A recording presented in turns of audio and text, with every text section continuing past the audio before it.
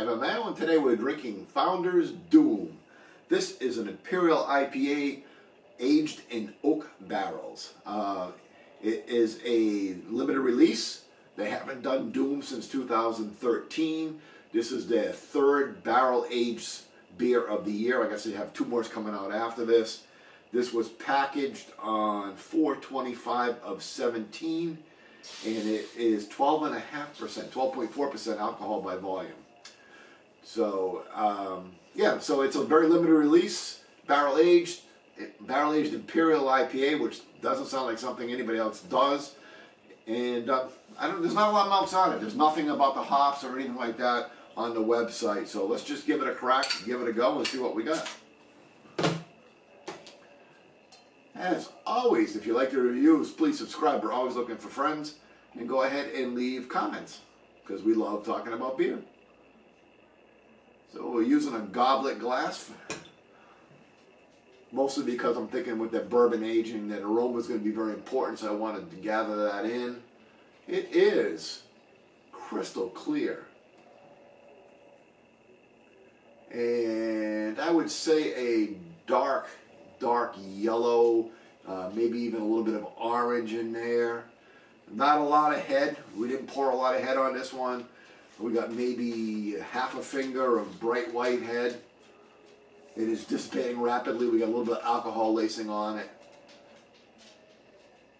We do get aroma of bourbon, of course. Well, not of course, but to be expected. Yes, nice. I don't even know how this bourbon is it, you know. Maybe a little oaky. But definitely bourbon. Let's do the taste.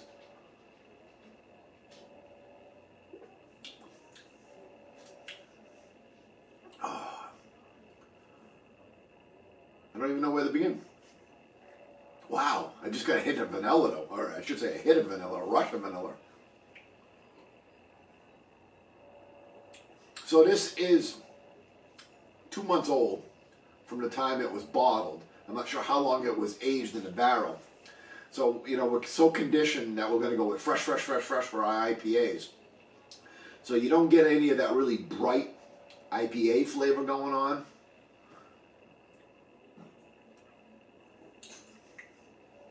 But you do get, like I said, that oak. Maybe it's even a little bit of malt toffee up front.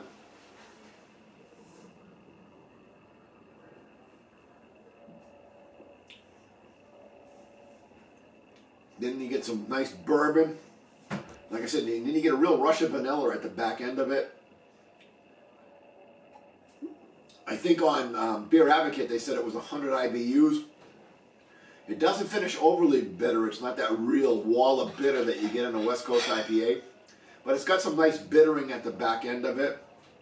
It does finish quite dry. It's drying on the tongue.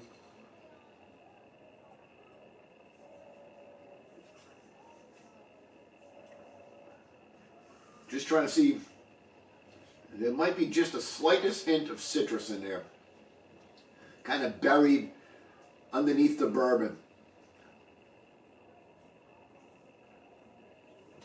It's kind of boozy, and I don't mean that I can taste the alcohol. It's just because of that bourbon. That it's like, when you bring it up, you kind of get the aroma of the bourbon, and it tastes boozy. I mean, it's a lack of a better word to describe it. But I don't really get any alcohol burn at all, or taste any alcohol.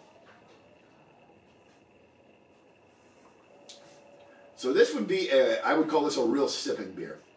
It's not something you want to sit down and drink. You definitely don't want to session this, 12.4%.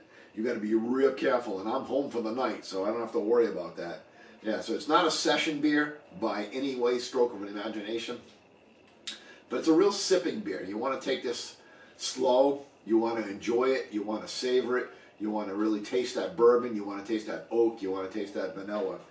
Score-wise, it's such a unique experience that it's almost not fair to score it, because you're not really comparing it to anything else.